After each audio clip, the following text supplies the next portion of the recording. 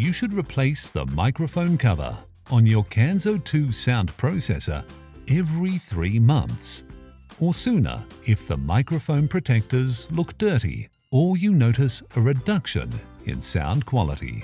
One way to remember this is to change every season. The microphone protectors on your Kanso 2 sound processor are attached to the underside of your sound processor's cover. You should check them for signs of dirt or grime every day. To replace the microphone cover, remove the cover from your Kanso 2 sound processor using your thumbnail in the slot provided. When the cover is removed, the sound processor's sensitive microphone filters are exposed. Do not touch the microphone filters, as this could cause damage to your sound processor.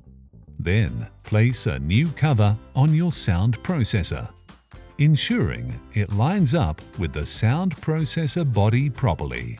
Lastly, press around the edge with your thumbs to make sure the cover is properly sealed.